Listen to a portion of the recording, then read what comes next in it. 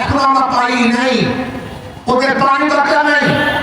ওরা 20 বছর আমাদেরকে পানি দিয়ে মারা চক্রান্ত করে। এবার মাথা নাই, বাংলাদেশের প্রত্যেক মানুষকে একটু সাইড দেন। ঐক্যবদ্ধ হতে হবে। বাংলাদেশের